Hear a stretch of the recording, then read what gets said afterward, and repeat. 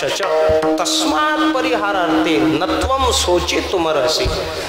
किती वेळा जन्माया गोता म्हणतात त्याला, तुकोबरा म्हणतात इतने गोते काय खाता.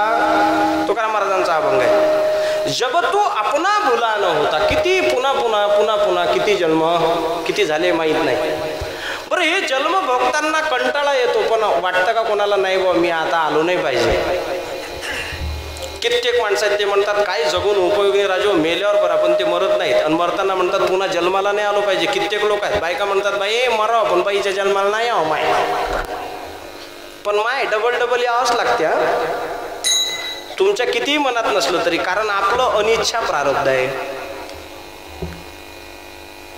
देव येतो पण त्याचा परिच्छा प्रारब्ध आहे नाही. तो दुसऱ्याच्या इच्छेने येतो, त्याला स्वतःसाठी काही करायची गरज नाही, कारण तो निरीच्छन आहे. निरीच्छन कशा काम आहे, त्याला काही इच्छाच नाही. देवाला म्हटलंय अमना. शास्त्र काय म्हणतं देवाला? अमना. अमना म्हणजे ज्याला मन नाही असा. कारण पहिले आधी मन असावं लागतं. मन असलं की संकल्प विकल्प करायचे. जीवनात काय नको काय हवं याच्यासाठी मन पाहिजे. मन महत्वाचं आहे असं कसं काय नाही. मन लय महत्वाचं आहे. शरीरातलं मन जर निघून गेलं तर काय होईल? आपण संत हो नाही तर पागल तरी हो, दोन हो. मन सावरलं तर संत हो आणि मन बावरलं तर मग सगळ्या गावाने मिळून गाडी सांगावं लागल. पोलीस पाटील सही करतील, आपल्या हातात बेड्या पडतील, गावातले लोक टाटा टाटा आता येऊन नाही. मग तिथून पुढे आपला प्रवास चालू आहे. नदीच्या काठावर म्हशीच्या गोठ्यात झाला प्रवास सुरू. कुणी शन मार कुणी दगड मार, मनच नाही. जीवनात हवं नको हे ठरवायला मन लागतं. के मन के हारे हार है ओ मन के जीते जीत मन 84 ले चला मन बडा जंजीर. आणि नेमकं मन नसल्यामुळे तो येऊ नाही शकत. मग त्याला त्याची जाणीव करून द्यावी लागते, मग त्याला आवाज द्यावा लागतो की येई गा तू माय बापा पंढरीच्या येई गा तू माय बापा पंढरीच्या येई गा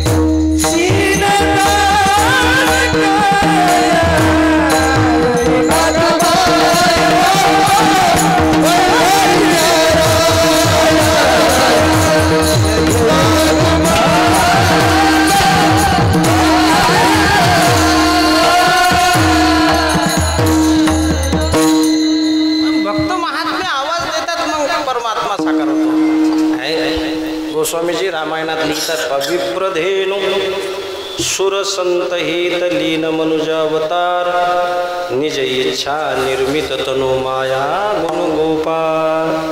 भय प्रगट कृपाला दीन दयाला कौसल्या हितकारी. येतो परमात्मा, पण सज्जनांनी आवाज लावला तर म्हणजे त्याची इच्छा नाही, दुसऱ्याच्या इच्छेने येतो. आपण येतो इच्छा नसताना येतो, आणि संत येतात स्वतःच्या इच्छेने येतात. येतो जातो आम्ही देवाचे सांगाती, तुका म्हणे गात देव नाम. आम्ही वैकुंठ वासे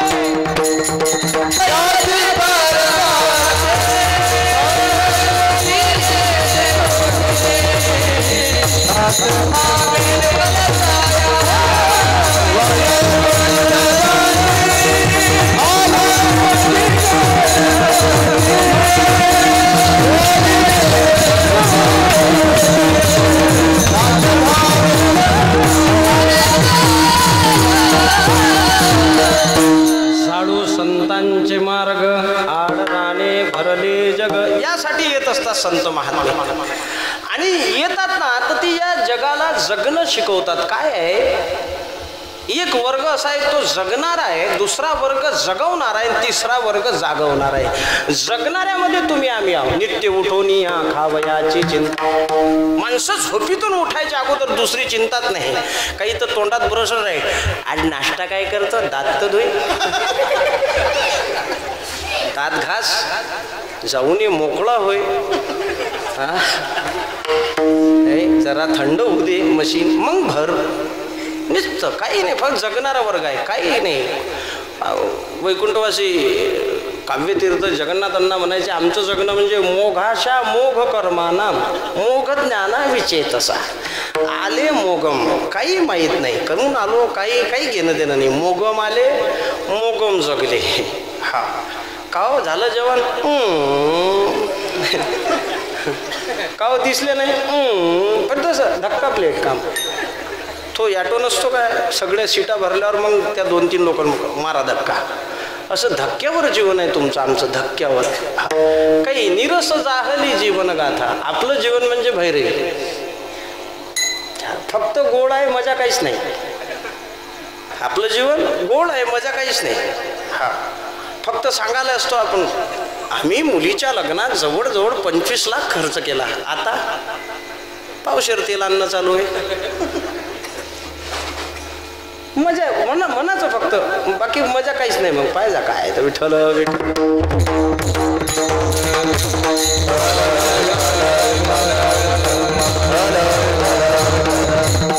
हा वर्ग जगणार आहे राजो.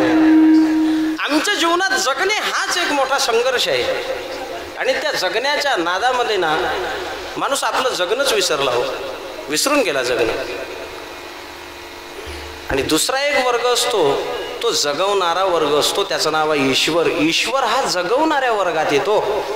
तो काय करतो, तुम्हाला रोज ते एक मुस्लिम कवी होऊन गेले, संत होऊन गेले, मुरादम नावाचे, ते फार सुंदर लिहितात की है नाम तारण सबे काज कारण, धरो इसका धारण निवारण करेगा, नता दूध वाको न ते दात वाको, दिया दूध माको, खबर है खुदा को सबर जो धरेगा, तेरा धुंध सीना मिटे दिल का कोना, जिन्हें पेट दीना वो पे भरेगा, मुरादम कहे मुकद्दर के अंदर, तकदीर का तारा न तारे टरेगा, है नाम तारन सबे काज कारण, धरो इसका धारण निवारण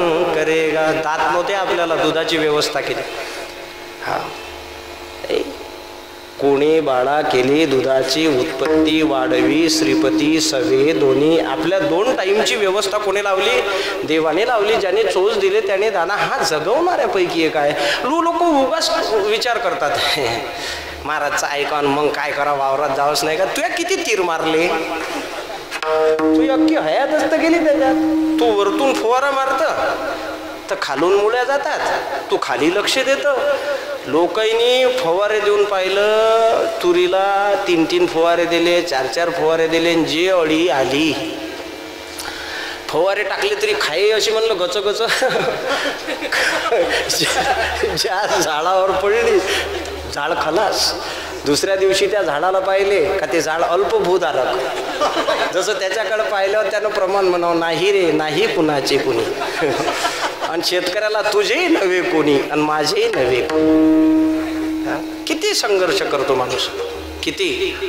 तुम्ही कितीही पिकवण्याचा प्रयत्न करा, पण परमात्मा तेवढं देतो जेवढं तुमची. एका जणांनी मला विचारलं, बोले ये बहुत खाता है. पोरगांडे बोले बहुत खाता है. तर काही काही जण जास्त खातात. बोले गुरुजी ये बहुत खाता है. तो हमने कहा ये खाता नहीं है, इसका जितना खाता है ये उतना ही खाता है, ये ज्यादा नहीं खाएगा. चाहे 1000 रोटी का हिसाब लगा लो साहब, अगर 100 रोटी भगवान ने नसीब में लिखी होगी तो 100 ही खाओगे. 101 हो जाएगी वही मर जाओगे. मग माणसं म्हणताय, जवान बसले होते बापा कडी कर म्हणतो. महादेवरावच्या म्हशीचं दूध आणलं आणि त्याचं ताक केलं माझ्या हातानं. कडी केली वत्सला. जेवाले बसले, घास मोडला बाई व. आणि यमानं घेऊन गेलो बाई. मी म्हणलं यमानं नेलं नाही व बाई, आजची भाकर नशिबात नव्हती ना. कडी काऊन तू आता भजे केले असते तरी त्याने खाल्ली नसती, त्याची भाकर संपली. कारण तुमच्या जेवढ्या भाकरी लिहिलेल्या आहेत त्या परमात्म्याने लिहिलेल्या आहेत, तुम्ही नाही लिहिल्या. तुम्ही लाख म्हणता मी पिझ्झा खाईल, पण तो म्हणते नाही नाही तुला पचत नाही. मग की नाही तुला चांशी दवाखान्यात जा लागेल. तू भाकरच बरा खा. आपली सगळी काळजी विधात्याला आहे, तो जगवतो सगळ्यांना. हा कारे नाठविसी उपाडो देवासी, पोषितो जगासी एकलासी. हे सगळे प्रमाण आहेत त्यातले मधले. विठ्ठल विठ्ठल.